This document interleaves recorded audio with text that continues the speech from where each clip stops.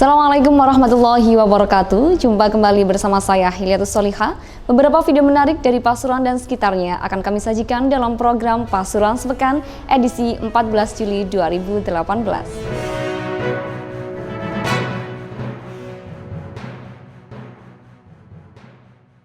Sebuah truk menabrak truk gandeng hingga terjun ke dalam sungai saat melaju Jalan Raya Purwodadi Kabupaten Pasuruan, Sabtu 14 Juli 2018. Selain membuat kemacetan, kecelakaan ini mengakibatkan pengemudi truk dan kenek mengalami luka-luka. Kecelakaan terjadi tepatnya di sekitar desa Parirejo, Kecamatan Purwodadi pukul 4 subuh. Saat itu truk bernomor N8003UC yang dikemudikan Trianto 49 tahun melaju cukup kencang dari arah Malang menuju Surabaya. Namun, tanpa diduga-duga, truk mengangkut Eternit itu tak mampu dikendalikan. Pasalnya, rem tersebut diduga tidak berfungsi dengan sempurna. Apesnya lagi, di depan truk yang tak terkendali di jalan menurun itu, juga melaju sebuah truk gandeng bernopol L9734UO. Dari Purwodadi, tim liputan melaporkan. Pabrik tekstil PT Eratek Jaya di Jalan Soekarno-Hatta, Kelurahan Curah Grinting, Kecamatan Kanigaran, Kota Probolinggo, terbakar pada Selasa 10 Juli lalu. Petugas pemadam kebakaran berjibaku menjinakkan si jago merah. Kebakaran ini terjadi sekitar pukul 18. Saat itu, kepulan asap hitam membumbung tinggi ke udara Kota Probolinggo. Tak berapa lama, kobaran api semakin membesar di kompleks perusahaan garmen ini. Setidaknya ada 3 unit mobil milik Pemkot Probolinggo dikerahkan untuk menjinakkan api. Usaha petugas mendapat kendala sebab angin gending bertiup kencang di kota Mangga ini. Kesulitannya ya, jadi untuk sementara kesulitannya angin yang kencang sekali, terus asap yang pekat, sehingga tadi ada korban, artinya semaput dari petugas damkar 2 orang sama jatuh 1 orang.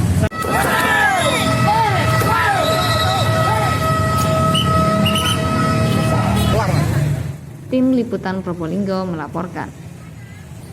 Kebakaran di pabrik tekstil Eratek Jaya di Kota Probolinggo berhasil dipadamkan petugas meski sempat kewalahan karena angin yang bertiup kencang. Api dipastikan berhasil dikuasai.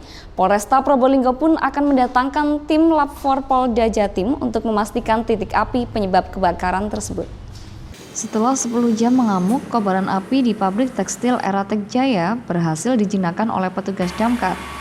Kebakaran pabrik itu menjadi atensi pihak kepolisian setempat. Polisi saat ini tengah melakukan penyelidikan untuk mengetahui penyebab pasti kebakaran itu. Hingga Rabu siang, petugas damkar masih berjuang untuk memadamkan api secara total. Sebab dari tumpukan kain yang terbakar, api-api kecil masih muncul. Saat ini kita melakukan tindakan penyelidikan oleh TKP untuk mengambil beberapa keterangan saksi-saksi dan dilanjutkan juga melakukan oleh TKP bersama Lab Forensik Polda Jatim.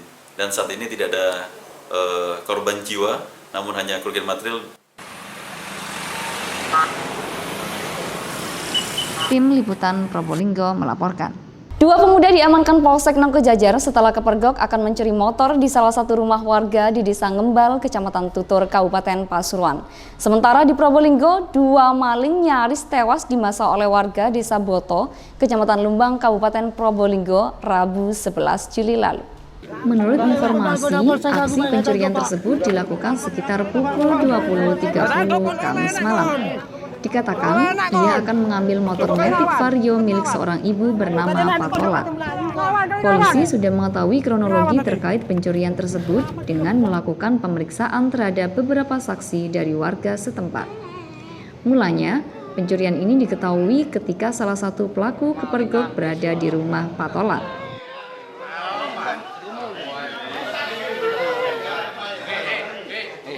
Sementara itu, peristiwa persekusi seperti di desa Tlogosari, Kecamatan Tiris pada Senin lalu nyaris terulang kembali di wilayah hukum Polres Probolinggo, di mana warga desa Boto berhasil menangkap 2 maling yang melakukan aksinya di Jalan Raya Bromo pada sekitar pukul 7 malam. Awalnya, satu pelaku masuk ke rumah milik Misati, warga Dusun Krajan, sementara satu pelaku lainnya menunggu di luar rumah. Seorang buron pencuri kendaraan motor tercatat sebagai warga Lumajang tewas tertembus timah panas polisi. Pencuri ini berusaha menembak polisi dengan senapan angin saat ditangkap. Buron itu bernama Neman, warga desa Alun-Alun, Kecamatan Ranuyoso, Kabupaten Lumajang. Ia menghembuskan nafas terakhir setelah kehabisan darah akibat luka tembak yang dialaminya. Kapolres Probolinggo, AKBP Fadli Samad, mengatakan pelaku terpaksa ditembak oleh anggota tim Buser Satreskrim karena berusaha melawan. Dijelaskan, Neman menembak petugas dengan senapan angin. Untung tembakan itu tak mengenai anggota. Di mana pelaku ini sering beraksi di sekitar daerah Tegal Siwalan, daerah Leces, daerah Tiris, daerah perbatasan dengan Lumajang. Kelompok ini berasal dari sekitar daerah Lumajang. Satu itu pada saat dibawa ke rumah sakit dilakukan tindakan tegas, ditembak kakinya. Pada saat dibawa ke rumah sakit kehabisan darah dan dinyatakan meninggal di rumah sakit. Tim Liputan Probolinggo melaporkan. Ratusan warga Kelurahan Tembok Rejo, Kecamatan Purworejo, Kota Pasuruan demo terkait jalan rusak Selasa 10 Juli lalu. PT Wijaya Karya (WIKA) pelaksana proyek tol menegaskan rute jalan kendaraan proyek tol tidak akan melalui Jalan Kiai Haji Agus Salim, Kota Pasuruan. Ratusan warga Kelurahan Tembok Rejo, Kecamatan Purworejo, Kota Pasuruan demo terkait jalan rusak. Pelaksana proyek tol menegaskan rute jalan kendaraan proyek tol tidak akan melalui Jalan Kiai Haji Agus Salim, Kota Pasuruan. Warga yang hadir tampak berteriak setuju sembari memberikan tepuk tangan setelah mendengar pernyataan tersebut. Tadi menjanjikan truk nggak lewat sana itu benar. Besok lihat aja.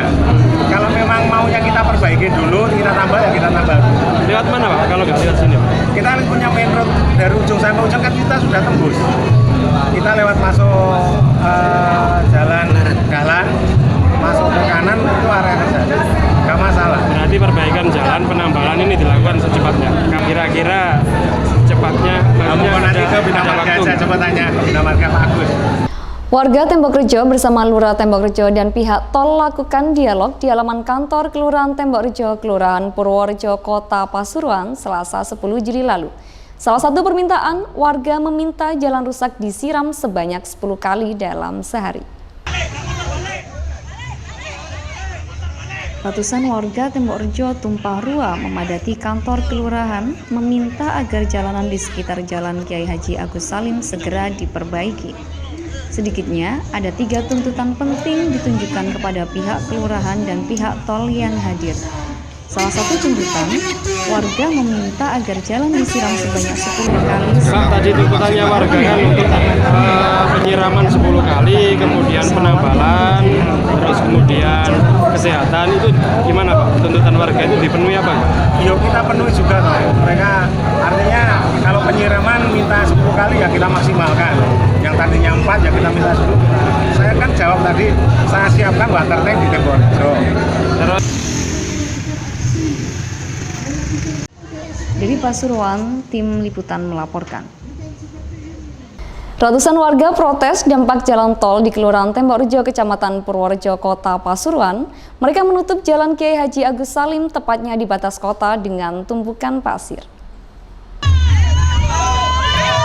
Sejak pagi, ratusan ibu-ibu berada di barisan depan sambil mengangkat banner yang berisi bentuk protes. Mereka berjalan beriringan sembari menutup jalan dari batas kota sampai kantor kelurahan. Di barisan belakang mobil komando berteriak lantang mengajak warga untuk ikut bersama menyuarakan keluhan akibat dampak tol.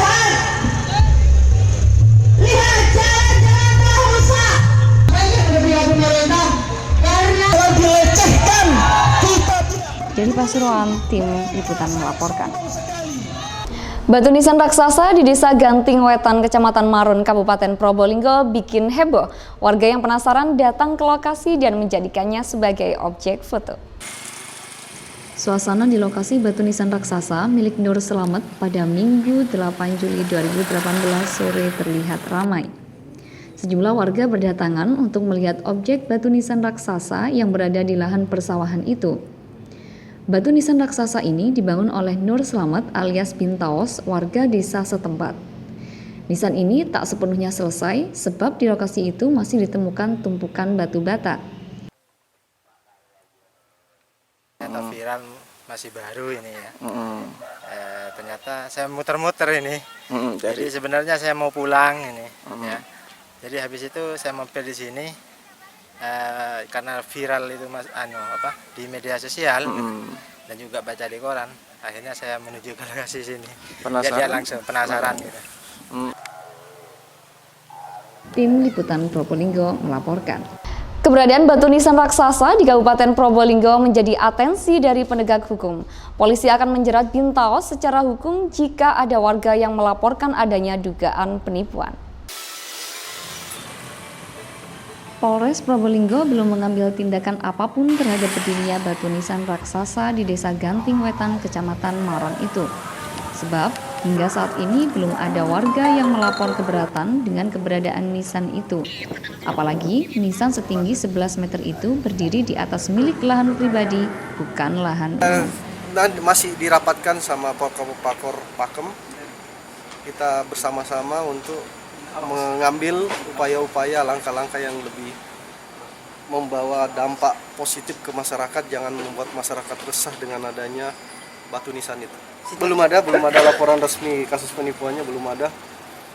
Sampai sekarang kami masih mencari informasi apakah ada masyarakat yang seperti kasus-kasus sebelumnya, kasus penggandaan uang. Kalau misalnya ada masyarakat, Tim nanti kita Liputan akan Probolinggo melaporkan. Bupati Pasuruan Haji Muhammad Irsad Yusuf melepas atributnya sebagai bupati terhitung mulai Senin 9 Juli lalu. Ia akan fokus mengurus partai dengan menargetkan 18 kursi pada pemilihan umum calon legislatif tahun depan. Di hadapan para wartawan, Bupati Irsad secara simbolis mengangkat foto dirinya yang biasanya dipajang sebagai bentuk pamit dari pendopo untuk kembali ke kediamannya di Purwosari. Jeda waktu 3 bulan untuk pelantikan sebagai Bupati Pasuruan periode 2018-2023. Pria yang kerap disapa Gus Irsad itu akan lebih banyak memanfaatkan waktunya untuk mengurus partai dan bercocok tanam. Terutama dalam persiapan pemilihan umum 2019. Yang kedua ya banyak aktivitas yang saya lakukan, terutama bercocok tanam bertani. Karena di sini sudah tak tinggalin ada pohon kelapa yang ini 3 tahun dan sudah berbuah. Itu salah satu contoh dan kegiatan-kegiatan lain yang Tim Liputan Pasuruan melaporkan. Panwaslu Kabupaten Pasuruan menilai pelaksanaan pilkada serentak di Kabupaten Pasuruan berjalan aman dan lancar. Temuan kesalahan yang terjadi saat pilkada dikatakan hanya bersifat teknis dan tidak mengganggu. Nasru, Komisioner Hukum Pengawasan dan Penindakan Panwaslu Kabupaten Pasuruan mengatakan, kesalahan yang ditemukan Panwaslu di lapangan bersifat teknis dan berhubungan dengan kelompok penyelenggara pemungutan suara. Sejauh ini, Panwaslu belum menemukan pelanggaran besar dalam pelaksanaan pilkada di Kabupaten Pasuruan, baik pelanggaran yang dilakukan oleh pasangan calon ataupun penyelenggara. Untuk pelaksanaan pilkada di Kabupaten Pasuruan, alhamdulillah aman dan juga partisipasi masyarakat pun juga bagus. Dan kami pun jajaran Panwaslu Kabupaten Pasuruan mengucapkan terima kasih kepada seluruh masyarakat Pasuruan yang telah menggunakan hak pilihnya sesuai hati nurani mereka masing-masing. Tim Liputan Pasuruan melaporkan. Ketua Bayangkari Jawa Timur beri santunan kepada 400 anak yatim se-Pasuruan dan Probolinggo di Hotel Horizon Kota Pasuruan, Jumat 13 Juli lalu. Santunan anak yatim ini menjadi agenda khusus dalam rangka Hari Kesatuan Gerak Bayangkari. Kedatangan Ketua Bayangkari Jatim ini pun disambut tari-tarian persembahan anak-anak Pasuruan serta pemberian souvenir bunga oleh Cak dan Yuk Kabupaten Pasuruan. Dikatakan dari 400 anak yatim yang menerima santunan, 200 anak yatim berasal dari kabupaten atau kota Pasuruan, dan 200 lainnya berasal dari Probolinggo. Keselamatan dunia dan akhirat. Bayangkari selalu dihimbau untuk mendahulukan misi sosialnya. Jadi mendahulukan untuk membantu masyarakat yang membutuhkan, kemudian mendukung pendidikan anak-anak yang kurang mampu dan termasuk juga terhadap anak-anak yatim. Dari sisi pendidikannya, dari sisi penambahan dari bidang seni, keterampilan, harus berapa anak yatim yang disanjung? 400 anak yatim. Alhamdulillah.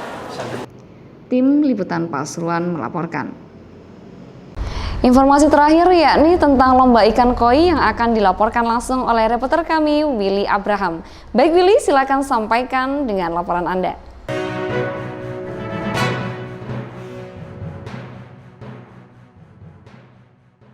Ya, Purwarmo, sekarang saya sudah berada di Pasuruan Koi Show yang pertama di Gedung Gradika, Jalan Panglima Sudirman, Kota Pasuruan. Di belakang saya sedang dalam proses penjurian lomba ikan koi yang diikuti oleh 882 peserta dari seluruh wilayah di Indonesia. Ya, mari kita saksikan dulu proses penjurian ikan koi di Kota Pasuruan.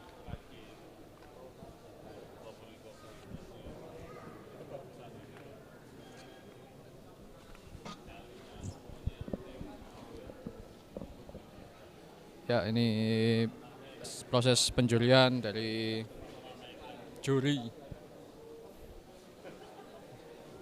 Terdapat 17 kategori yang dilombakan pada Pasuruan Koi Show yang pertama ini di Gedung Gradika Bakti Praja Jalan Panglima Sudirman nomor 24 Kota Pasuruan. Ya, total peserta yang mengikuti Pasuruan Koi Show ini sebanyak 882 peserta. Terlihat dari para penonton yang juga antusias melihat lomba koi pertama di Kota Pasuruan.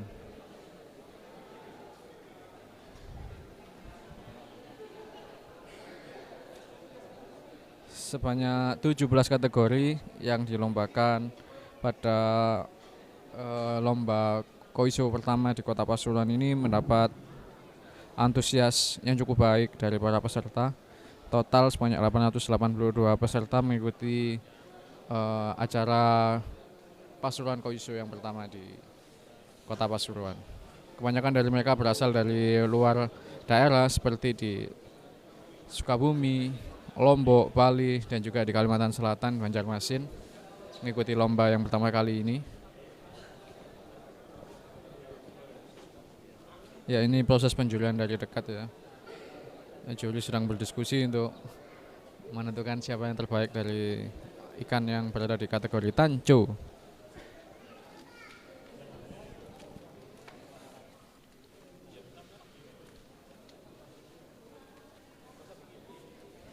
Juri sedang melihat jenis ikan koi.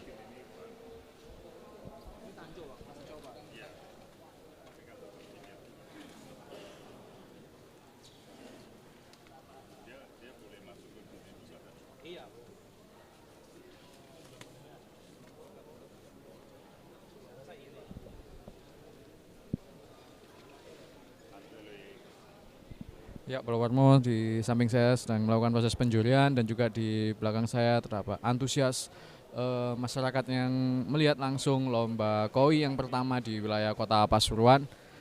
Sangat antusias sekali karena cukup unik, pertama kali ada lomba koi di Kota Pasuruan ini. Sekarang proses penjurian bergeser ke kategori berikutnya. Ya, terdapat 5 juri yang sedang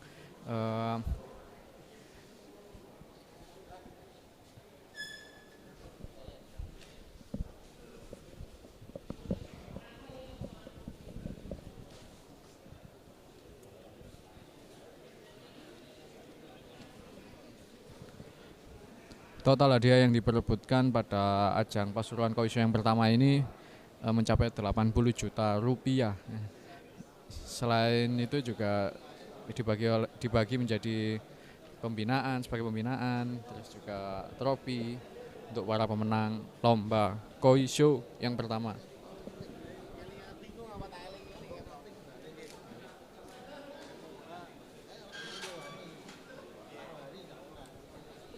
Untuk proses penyerahan hadiah sendiri dilakukan pada esok hari, sedangkan pada saat ini proses penjurian dan juga penentuan juara. Namun untuk proses pemberian hadiahnya dilakukan pada esok.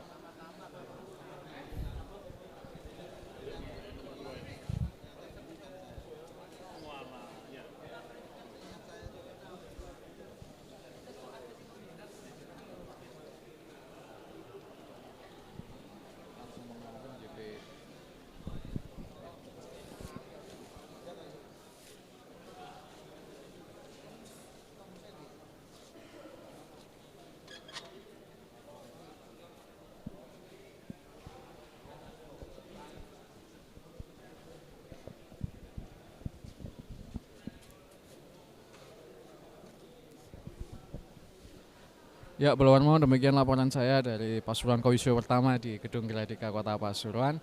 Willy Abraham Stadoni melaporkan.